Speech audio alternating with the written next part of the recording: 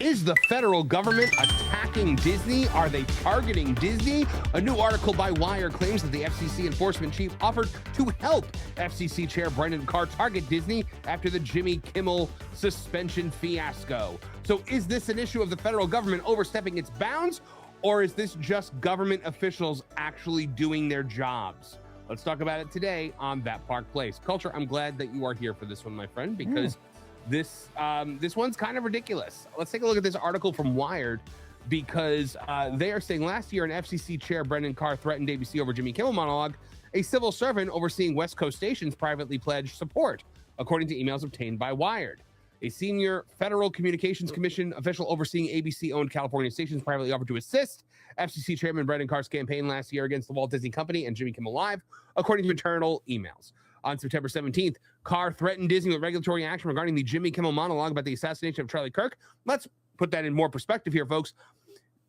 Jimmy Kimmel violated FCC law against spreading misinformation on public airwaves and was penalized for it when affiliates pulled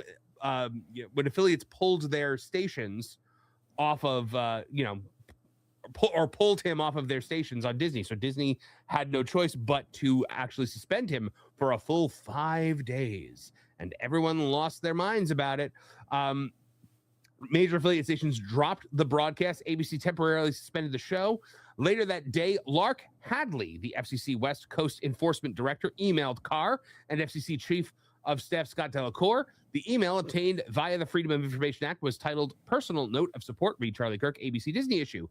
Quoted Carr's remarks from an interview with conservative podcaster Benny Johnson, where Carr said, "This is a very, very, very serious issue right now for Disney. We can do this the easy way or the hard way."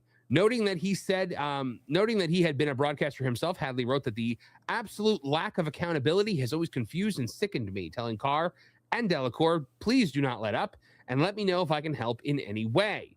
Now, they say here on Wired, it is highly irregular for a career civil servant and enforcement chief to express support for a politically motivated pressure campaign. There is the problem here, because this was not a politically motivated pressure campaign. This sounds to me, Culture, like it was a person who is an FCC West Coast enforcement director sounding off on FCC West Coast enforcement of directives, because it is against the law to spread misinformation on public airwaves. And that's what Jimmy Kimmel did.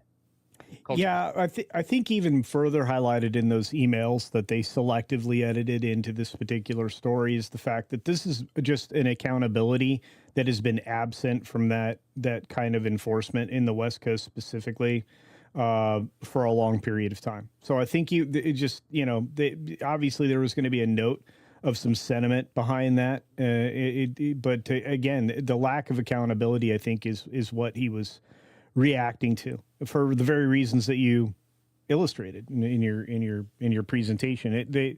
There are laws in place, especially when it comes to newsworthy items, that you have to report them either clearly in satire or parody, or you have to report them accurately. And that's been lacking in this space for a long period of time, whether it be The View or, of course, this stupid show. So, Culture, it was shocking and sickening when Jimmy Kimmel went on his show and claimed that the alleged assassin of Charlie Kirk was a Trump supporter, or was MAGA, or whatever it is you want to say about him. It was a downright lie, and he knew it was a lie. Megyn Kelly believes Megyn Kelly believes it was disinformation, not misinformation. If there are people that are actually fact checking the things that go into Kimmel's monologues, then you've got to think that they knew that this was going to be that this guy was not. People had already dissected everything about him, things his own mother had said, and his wife. Yeah, exactly. This was wildly inappropriate of Jimmy Kimmel to do. It was a violation of FCC law, you would have to think. So it doesn't seem to me like anyone here did anything wrong. Also, I might add, the FCC brought no action against Disney. No, Disney brought the action to the doorstep of Jimmy Kimmel. So did they shame Disney into doing the right thing, or did Disney see the handwriting on the wall, or did the affiliates pulling out cause Disney to take action. There's a lot of things going on. And here's the thing. Whereas we have transparency under the Freedom of Information Act, where you can ask for these particular documents, Disney's not going to open up their books unless sued and pursued into discovery for us to find out what the internal communications were that were going on inside of Disney about this particular issue. So, let's put to bed the one-sidedness of it all. Absolutely. MJ, I mean, am I wrong here? Am I like grasping at straws here saying that this just sounds like a government official doing his job? No, you're not wrong. I have been trying to get more information on this story, but you're not wrong at all for bringing light to the situation. I mean, this is a person, he's got a really popular show for the most part. He's like in the public eye is what I'm saying. So he really needs to watch what he's saying. People are watching and listening to everything he does, every move he makes. So this is just, this is wild. And I completely agree with you and Culture on this one. I just have to dive a little bit deeper into the story to give my take on it. I don't want to say the wrong thing. I really want to give my honest opinion, but this guy, not too good. That's just not too much of a good look for him. So. Well, and look, I mean, the article takes a little bit of, license in assuming the perspective of this particular chief, officer, and also it says that this action or this statement is removes the idea of impartiality, which is complete garbage. Whoever wrote this article for Wired is driven by, something beyond, journalistic integrity, I will say. Right. That's the problem nowadays. The journalistic integrity, that's huge, Culture, because it's almost like journalism is either fading into what it's supposed to be like, it's intended for. You're just supposed to be reporting on facts. And, these journalists nowadays are taking facts and turning them into their own political statements. It's just not, journalism is just not what it was. And this is coming from a person that had a grandparent that was a journalist.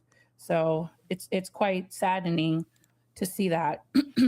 So there is an FCC law called broadcast hoaxes, and it makes it illegal for TV radio broadcasters to air false information about a crime or catastrophe if the following conditions are met. The broadcaster knows the information is false and it is foreseeable the broadcast will cause substantial public harm or actually causes substantial public harm. I would say that everything that Kimmel said falls under that. Could be. I think so. I definitely think so. It's just like the rhetoric around Jimmy Kimmel's suspension has been frustrating since it happened, because everyone has just accepted it as fact that the Trump administration did this and it was illegal and they were trying to silence free speech. No, he lied on the air. Right. And he faced the consequences for it. He broke the rules. And it wasn't the Trump administration that did it, because if it was the Trump administration that did it, he wouldn't have been back in 5 days. Right. That's facts. Like, look, there are things you can get on the Trump administration for. Handling of the files, absolutely. There's a whole lot of things that you can take this administration to task for. This is not one of them. They had nothing to do with it. Culture's quiet. I assumed you were going to be like vociferous about that. You were going to be like, yeah, this is right up his alley. I don't know if he can hear us. Oh, I look, I'm being thoughtful about how I pursue anything about this story. I'll just say it this way. I think that the $20 million a year they lose on the Kimmel show can't end soon enough. Just like with Colbert, who's going to be saying goodbye to us at the beginning of the summer. And look, both of these corporations are going to lose, a functional mouthpiece for an ideology that's slowly dying, not just here in the United States, but across the globe, if you paid attention to the French elections yesterday. And of course, all the actions happening in Italy and many other nations, including Poland and other locations around the globe. So as you start to see, these changes coming to what used to be the ever popular super left, you start to realize that being exposed for limited mindsets and strict adherence to almost a religious kind of a position on almost every issue, which if you don't hold, you are dismissed from. I think that may be coming to an end. So I think that'll be better for everybody. Whether or not you agree with the opinions of one Jimmy Kimmel, I think the idea that he's not being held up as some kind of journalistic standard is a gain for everybody. Just like I think people need to start to, recognize that The View, despite being required as a news program to tell you nothing but the truth, also doesn't get in trouble like they should, according to the way this chief presented their statement in an email. Again, this is a picked apart statement or series of emails by, this particular writer telling you one side of a story we'll never have the other side of. Mm-hmm. Mm-hmm. That's what disgusts me about this. Well, and again, an investigative reporter might have been able to pursue someone at Disney and be willing to cough up the exchange. I doubt it. But if they were, that investigative reporter would be on the hook for verifying its authenticity and protecting their source at the same time. It's too much work to be a journalist these days, and these people at Wired clearly aren't up to work. Agreed. 100%. Ken Reinhardt in the chat just said the FCC chair did shoot his mouth off too much. I agree with that. I agree with that. Right. You're right. I don't think Brendan Carr needed to be going out there and making these statements. I don't think the president needed to be going on Truth Social and cheering this on, because it just invites the narrative that they had something to do with it when they didn't. I don't know. It was it can confuse the reader if they don't know any better. It's just, very confusing, and the facts should be laid out so people can understand what really happened. He said things he should not have said, and he was shut down and then put back on air. And it, like Marvin said, it had nothing to do with the current administration. So, yep. Yeah. Truth be told. Just not on Jimmy Kimmel Live. Thanks for watching That Park Plays News. For more information, consider checking out www.thatparkplace.com. And don't forget to subscribe, share, like, and send this out on your favorite social media account.